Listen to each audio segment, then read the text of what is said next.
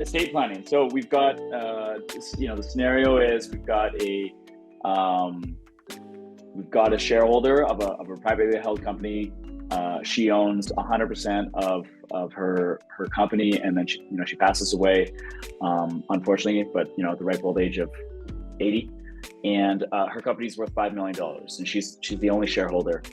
What are the tax consequences for her estate?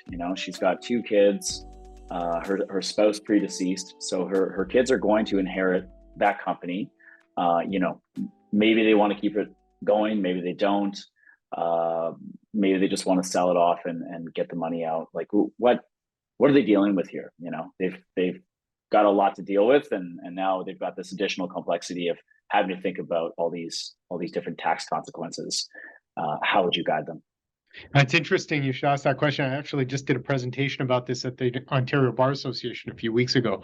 So there are a couple of ways to, and it's an important question because a lot of it comes down to planning. So the first step is you have to look to see whether there was a shareholder agreement in place, because shareholder agreements will often dictate what happens to shares after a person passes away. Then you have to look at, what does their will say? Do they have a secondary or corporate will that addresses the shares? Was there an estate freeze done where the shares are now, some of them are held in a family trust?